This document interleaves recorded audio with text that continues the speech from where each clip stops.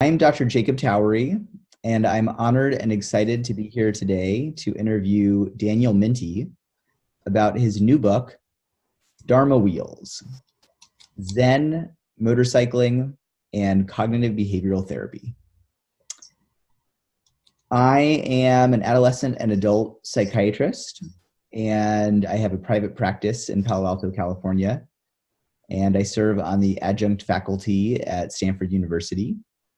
And I'm the author of the 2016 book, The Antidepressant Book, a practical guide for teens and young adults to overcome depression and stay healthy. And I'm very honored and happy to be here with my colleague, Daniel Mintie, who has been treating post-traumatic stress disorder and various other conditions for over 25 years.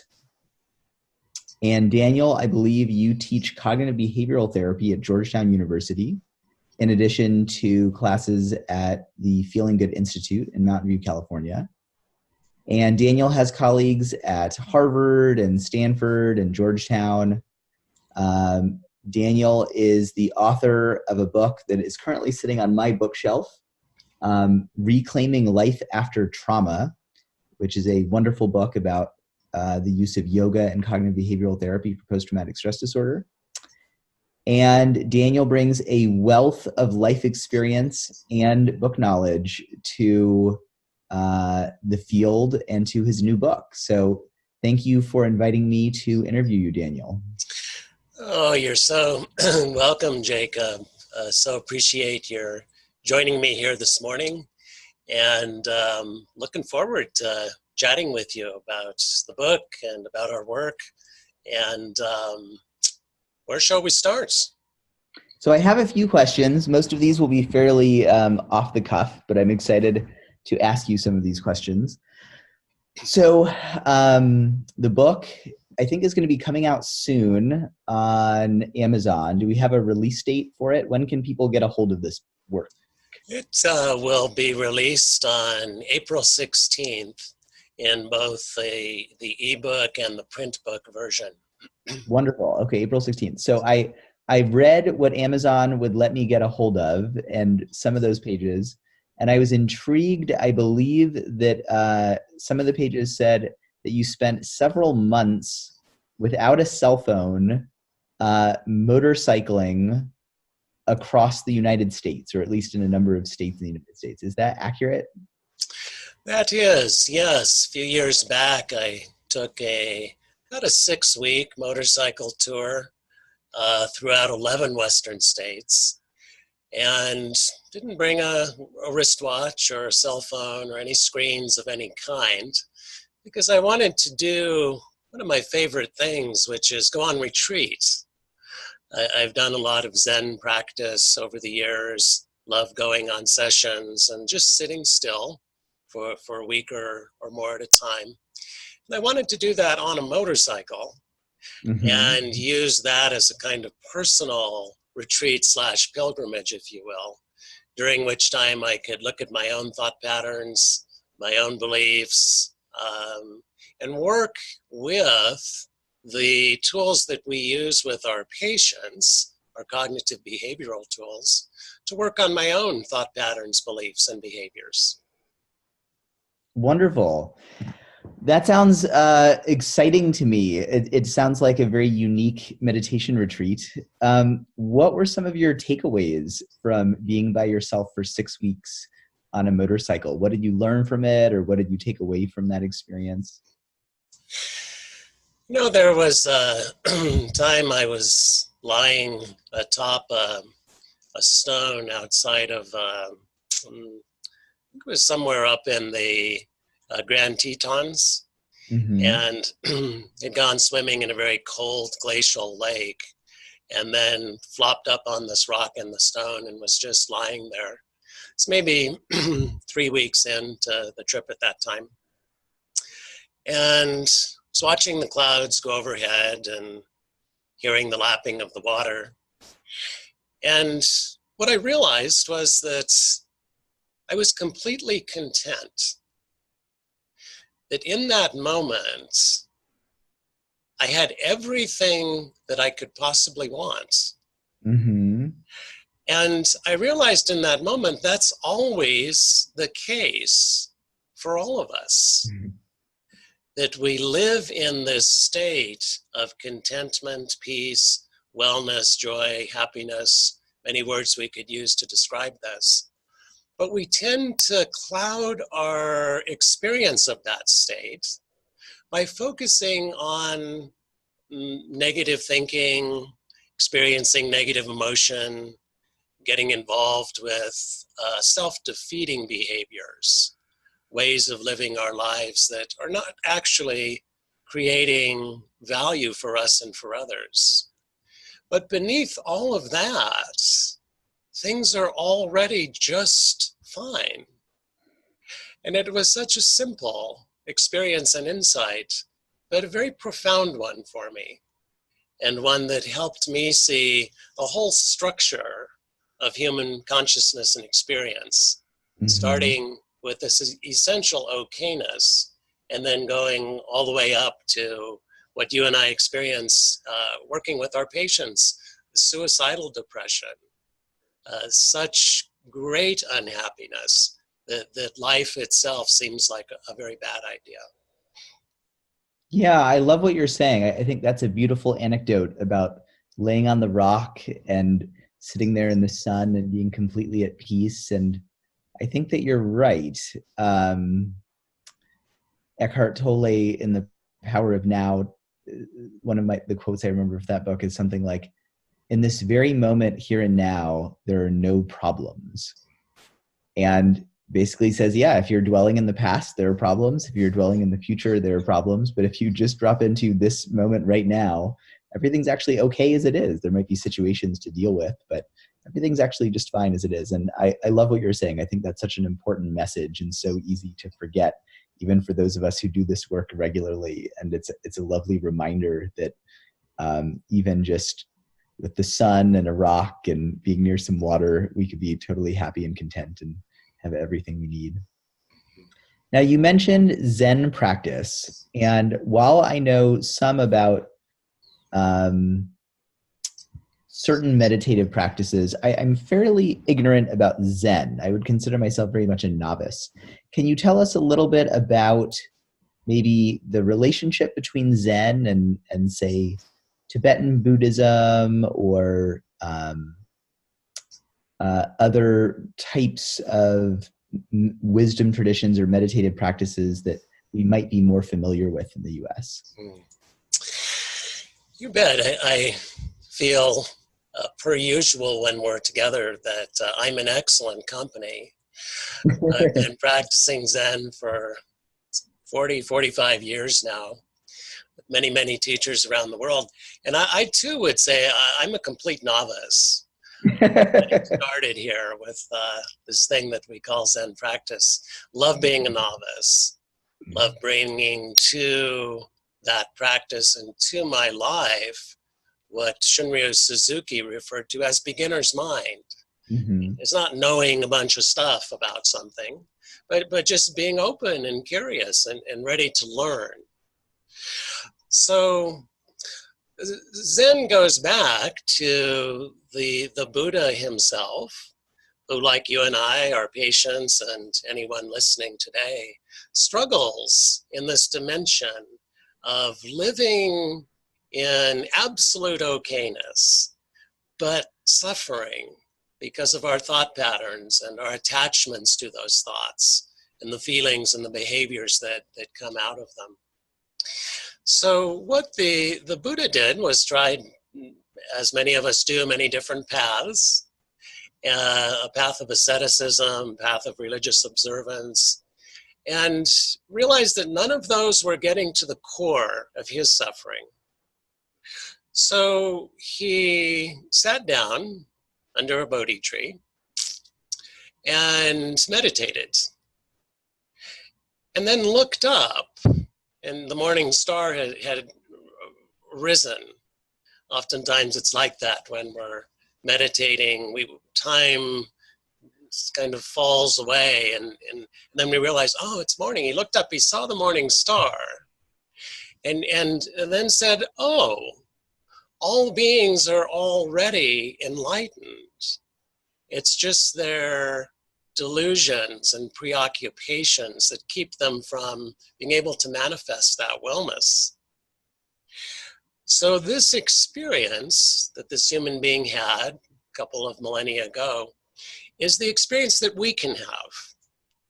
When we put our feet on the Zen path, we're not doing that to worship Buddha. We're doing that to come into precisely the experience that he came into.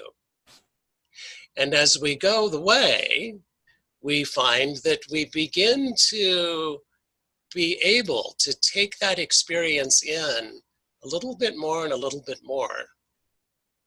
So this is the whole point of Zen practice, is realizing the nature of the universe, the nature of living and dying, the nature of this apparently separate self who was born into this world and soon will exit it. And to my understanding, all of the other traditions aim in that same direction. This is not a religious practice about worshiping something outside of ourselves. It's a practice of coming into the realization of who we really are. And that moment of realization, or those moments of realization, can be sparked by anything. A morning star, a loved one's face, a sudden sound we weren't expecting to hear. And cultivating the conditions to be able to come into that experience is what we do when we meditate, when we do retreats, when we do koan study with our teachers. It's just helping us set the stage for coming into precisely the experience Buddha himself had. Thank you. That was illuminating. And you mentioned that, or it's mentioned on Amazon in the description of your book, that Zen can teach us things about life and death, as well as a number of other things. So what do you think Zen's teachings about death, how can they inform how we live life well, or how to be happy? Boy, that's really the question. Per usual, Jacob's getting to the core of things. You bet, yeah. So when we realize who we really are, we realize two things. One, that there is no ending of birth and old age and death. That this is the vehicle for human experience, human existence. Now, most of us know that, but what Zen helps us see is another side, which is there is no birth, old age, or death. They do not exist, aside from those cognitive constructs, birth, living, death. And we get so attached to the cognitive construct that we don't see the bigger picture. We don't see that, in fact, we are not separate from anything. And the only thing that exists is right here, right now. And right here, right now, there is never birth or death. So this is a hugely important point. And if we try and grasp it cognitively, we won't. Because cognition is the room we sit in and perceive birth and death. But if we're willing to let go of our attachments to those cognitive constructs, and that's what they are, we can drop into the understanding of our prior state, from which we are not born, from which we do not die. And when we do this, we can live our life joyfully, live our life fearlessly, live our life openly, live our life with curiosity and compassion for each other, because there's no end to things. I had a wonderful conversation with one of my teachers, Willigus Yeager, a couple years back. Willigus is, I think he's 94 now. And we were hanging out at his center in Germany and talking about death. And he said to me, you know, when it comes to death, the interesting thing is, what am I going to be doing? And I realized this man's death's already behind him. that his whole concern, as it has been for 90 years, is helping beings go the way. So his only question was, after my physical body's gone, how will I help beings go the way? The death itself was just not a factor. It was like, well, it's day or it's night or it's Tuesday or it's Wednesday. Well, who cares? How am I going to do what I really want to do there? I'm really looking forward to finding out. This is a free man. Yeah, I like what you're saying. I think that I have not fully grasped it because I'm, as you said, I'm sitting in the room of cognition. So I'm trying to imagine what it might be like after death, and it still remains mysterious to me. But I do like the idea of getting to a place of not fearing death and not seeing death as the end to which we ought to be fearful. Because at least for me, that's one of my concerns, is the whole dying thing and being done and feeling a pressure to pack in as much life as possible, which, you know, has its merits in motivating, but the whole fear thing I think is overrated. So I like what you're talking about, the idea of getting to a place where we don't fear death as an ultimate end. St. Francis had a nice little poem about that. He spoke to death as his sister. And I think that was the first line, Sister Death. And then talked about how if we have relinquished that separate sense of self, that me, that I, that is born, is dies, you know, that wants stuff, that doesn't have things, etc. If we have died to that separate sense of self, physical death is nothing to us, because we already know how to let go of body and mind and live our life out in the open. So I think across traditions, whether it's Buddhism or Sufism or Judaism or Christianity, all of these great world paths have pointed to this truth. Mm-hmm. And many of them have given us means by which we can practice essentially dying. We don't have to wait. We can die now and find out what happens. And another one of my teachers, he finally died when he was 104. Towards the end of his life, he'd be giving public talks, and he'd say, I apologize for still being alive. I know I'm my age, I'm expected to be dead, but I have some stuff I want to do. And he would talk about death and say, death is the greatest pleasure. And I think that's what he was speaking to as well. When we relinquish that sense of a separate body, mind, ego that needs to run this security operation around itself 24/7, and just relax into the sun, the stone, the way things are. This is the greatest pleasure. I like what you're saying, Daniel. I think that you're right about this idea that the ego and the small self really gets in the way. I'm reminded of, I'm listening on audio right now to Michael Pollan's book, How to Change Your Mind.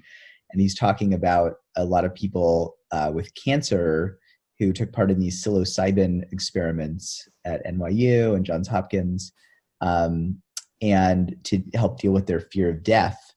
And a common experience that people had was going from kind of this small self, ego-driven way that we tend to see ourselves, and with the aid of psilocybin, seeing ourselves as not just in nature, but as part of nature, and seeing ourselves as not just separate, autonomous beings, but as part of a greater whole, connected to others. And then with that experience, the idea of death was far less scary, because maybe we're feeding, fungus or worms that then create trees and, continue the beautiful work of nature, and our ways that we've affected other people. Irv Yalom talks about the ripple effect, the way we affect other people can last for generations. And so while our bodies might die, parts of us kind of live on in the world and in nature, and then there can be less fear of the death of the body. What do you think? Well, absolutely. And things like Zen practice would set the conditions for our coming into that awareness without any exogenous chemicals in the mix. Mm-hmm. We can come into that running on glucose. And when we come into it running on glucose, that's a pretty stable position, because we're not relying on altering our perception. We're working on clarifying our perception, being very clear about the structure of reality. And so I think the meditative aids, we've seen this in the indigenous communities here in the Americas, have a long history of ritual use, because they can help produce these breakthroughs. Mm-hmm. And we don't need those. Mm-hmm. We can use our own bodies and minds to break through. Yeah. And when we're doing that, I think two things happen. One is then we're free people. We don't need access to something outside of ourselves to be okay. We just realize the essential nature of the universe is okay. The other thing that happens is that along the way, when we're pursuing a meditative path, that begins to reshape our personality. When we sit down for the first time, I remember the first time I did Zazen on the floor of my dorm room back in 1974, I think it was. Well, it was complete chaos. My dorm room, yes, but me too. My mind was all over the place. My body was all over the place. I lasted about 30 seconds, and then I'd had enough of this Zen stuff. So that was where I started. And then over time, I found that I could develop the capacity to sit still. My body could be quiet. And then I found that my mind could be quiet. And I could settle down. And as I settled down, all of the physical agitation, the cognitive agitation, the emotions, the impulses, etc., settled down too. Mm-hmm. And then it's a bit like when water settles down. When what's in the water goes to the bottom, then we can see through the water. So the process itself is an important part of setting a stage for what I'd consider a mature human life. Mm-hmm. A life where we're acting in accord with our core values, the needs of the people, the other beings around us. It's pretty hard to do that if we're in this state of physical and mental agitation. So I love the way that Zen, that Christian contemplative practice, that many traditions throughout the world have provided us this way to set a platform for a stable, mature human life. And I don't know that a pill would do that. It might for some people, but I don't think it would for me. I think I had to put in those hours and weeks and years and decades of practice to provision that for myself. I think you're right. As someone who just meditated for about half an hour right before we did this video interview, I don't even know where I would be without my daily meditation practice. So I completely agree. I think it's a much more reliable foundation to allow us to be mature, functional humans. Now, I know we're nearing the end of our time. So I wanted to ask you, Daniel, this book sounds very exciting and intriguing, and what's next for you? After you're done with this, what's next on the horizon for you in terms of writing or projects you're excited about? Thanks, Jacob, for asking. I was in India in January and met quite a few wonderful new colleagues in Asia.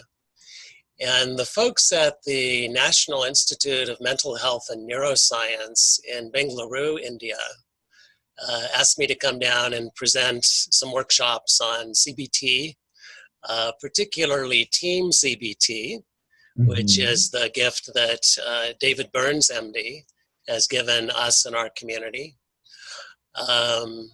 And some workshops combining team CBT and mindfulness practice. And so I got back and have been in touch, and they've reached out and asked me to work with them to bring out a book on using integrative approaches to treat common forms of mental disorders, anxiety, depression, PTSD.